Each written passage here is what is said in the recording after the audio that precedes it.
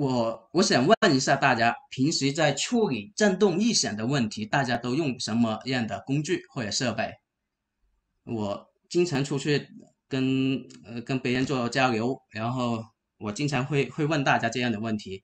然后呢，我听到好多回答是说，我什么都不用，我就用手摸，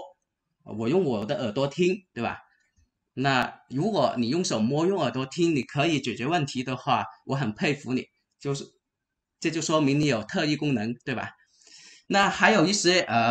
好一点的情况呢，就是用一个类似医生听心跳用的一个听诊器，对吧？哪里响我就听哪里，对吧？但是呢，这种设备的话，你也只能在车厢里面听听。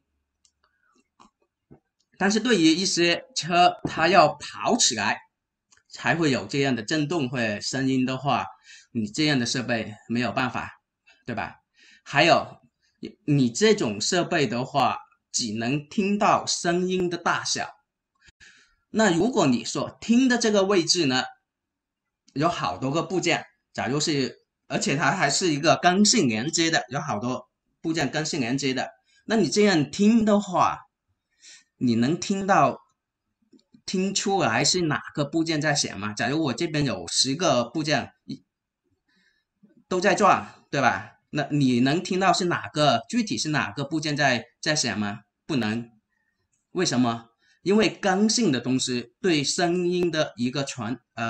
导，它是没有衰减的。你在这个位置听的话，跟在那个位置听，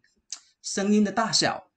几乎是一样的，所以你分辨不出是哪个部件在响，你分辨不出的。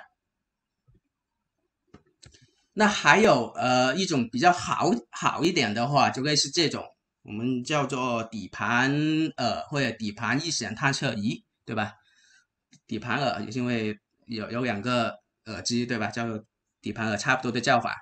那这种的话，大家估计都见过或者是用过。那原理大家都知道，都比较简单。它有6个闸子扎在不同的位置，然后呢，我们就用耳朵来听啊，看看哪个闸子探头传来的声音最大，然后呢，它所在这个闸子所在的那个位置呢，就离振动源头是最近的，对吧？或者是它上面有一排排的那种灯条，然后呢，呃每个闸子有对应的一个显示灯，那我们有一些的话也看这个灯，哪个灯亮度高，哪个灯条的高度高一些，就哪个振动信号大一些，然后它所在的那个点就离振动源比较近，对吧？那个差不多是这样的一个原理。那这个呢科学一点，但是呢，对于上面所说的一个位置有好多个根性连接的部件，这种设备这种方法，你还是不能确定哪个部件在响，而且这样的设备也是没有记录功能的，所以你一边开着车啊，一边开着车一边在外面跑，一边来听这样的声音分析故障，那这个其实挺危险的，还是刚才所说的，如果路上面车比较多的话，是挺危险的。那Pico 这样的设备的话，呃，刚推出来应该4年左右吧，如果我没记错的话，推出来这几年受到各大主机厂的欢迎跟认可。那它是可以接在车上面出去入室，然后呢，我们可以捕捉数据，然后记录到我们的电脑里面，我们可以边踩边记录，然后回到办公室，然后再把数据回放，慢慢分析。这样的话，我们可以确保我们修车师傅的一个安全，我们不需要在高速路上面去边跑边去呃听这个声音，分析这个声音，我们可以保证我们的安全。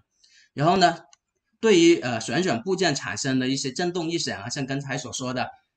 一个位置有 n 个根性连接的部件的话，我们可以通过频谱的分析，可以分辨出来每个部件产生的振动异响分别是哪一个，我们可以把它区分出来，